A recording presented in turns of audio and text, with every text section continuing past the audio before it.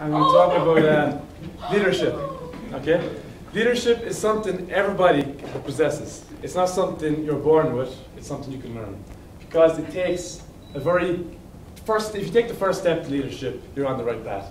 For example, in this picture, somebody's after taking the first step, and it's good. But the important question is, what makes a good leader? Everybody can be a leader, but what makes a good, effective leader? And what Babe Ruth says, it says hard to beat down a person if they never give up. So let's think about that for a second. 5 seconds. So when you think of good leaders, for me, these people come to mind. Why? Because they're very charismatic, they're very influential, they're very different. These people to me are somebody who has a bit of an X factor. There's a lot of CEOs, a lot of other people who are good leaders, but these are awesome leaders. So with leadership, especially effective leadership, there are a few things you got to focus on. All right? Good leaders and very effective leaders are very future focused.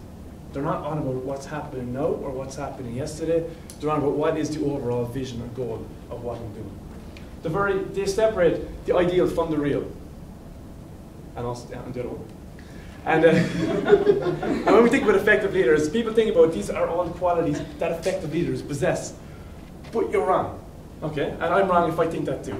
These are qualities that people try and just possess a bit of everything. And if you try and do that, you're going to fail. You're going to fail fast and fail hard.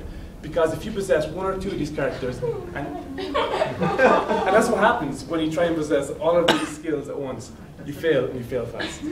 Because why are you trying to suck at being a leader if you're trying to learn all that? You can't suck at being a leader too. This thing's taking slower than it wants. So we're going to talk a bit about leadership failure for the next few minutes, all right? And there's, you have a lack of vision if you're a very ineffective leader. You can't build teams. It's all collaboration if you're a good leader. And let's take TW for example. If you're not a good collaborator or a good communicator, you're going to fail fast. You're not going to be a leader. You're going to be a follower. And that's just the reality of you guys. You're going to fail to execute. If you're not going to self-organize yourself, you're going to fail. And that's very important, Jim. Also, emotional intelligence is a huge part of being a good, effective leader.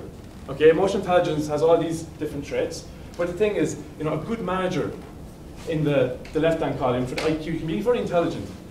But if you don't possess emotional intelligence, you can't put them together and you can't be effective. The best leaders are not the best managers. And I have a huge problem with managers inside other organizations who are trying to be leaders. They're not being trained as leaders. They're trained to be a manager and they're pushed up the hierarchy chain of the company and they're told that they're leaders, but they're not, and they're very ineffective. This one here, who is a manager and who is a leader? A manager is a person who is the guardian of the process. He focuses inwards towards the company and towards the systems, and that's his job, and that's good. But a leader is something different. He's the guardian of the future, of the vision of the organization. And if you want to be a leader or a manager, you got to pick which side you're going to be on. Modern leadership these days, the death. Jim Collins says the death of a charismatic leader is happening, but there's the birth of an architect. This means that leaders have to infuse the sense of purpose of the organization. And if you're charismatic, you're not going to do it. You got to be an architect. You got to build around the organization. The who before the what. Let's take a bus analogy. You're a bus driver and you're the leader. Okay? If you're going to announce to people what's happening, what's going on, you're going to fail. You got to have the right people on the bus, and you got to sit those people in the right places. Like Jim was saying this morning, if the right people are not in the meeting, there's something wrong and something's going to fail. All right, good to great transformations. A good leader can make a company good to great if they're effective. You got a fox and a hedgehog analogy. The hedgehog analogy is that you have one overall concept and it's simple, and you have a good goal. Hedgehogs have that. Foxes are something different. They have very different, a lot of small ideas going on in their heads, and they're different. Level 5 leadership is a fantastic concept, and I love it because it's humility and professional will. Level 5 leaders are somebody very, very special, and a lot of people are level 4, but level 5 is awesome. Because if you have that humility, professional will, you can become a level 5 leader. And here we go again, compelling modesty. It's hard to imagine a level 5 leader saying, "Hey, that Ram character reminds you of me." If you see yourself saying that as a leader in ThoughtWorks, there's something wrong. Just have a conversation in the mirror with yourself in the mornings and sort that stuff out, because you got to have some modesty if you're going to be an organization. Then continue on level 5 leadership. You have the mirror or the window analogy. If you're a leader, you got to give credit out the window to the people you're working with, but you got to put responsibility in the mirror to yourself, and that's extremely important, no matter what position you're in an organization. If you credit the mirror and put responsibility out the window, something's going wrong. The team's not going to deliver success or value anywhere. So do I think is effective? The power of persuasion. If you have good persuasion skills, you can get people to follow you on the same idea or the same vision, get the group together, get everybody involved, and go in one direction and deliver value again, and success. Again, what else do I think is effective as a good leader? Self-organization. It's important, guys. If you self-organize yourself, get the team together, and also decision-making. If you're a good leader, you're a good decision-maker. If you're not a good decision-maker, you're not a good leader. And next up is going to be just a 20-second, unfortunately, 20-second clip. When we add up all those issues, that's going to make the fucking difference between winning and losing.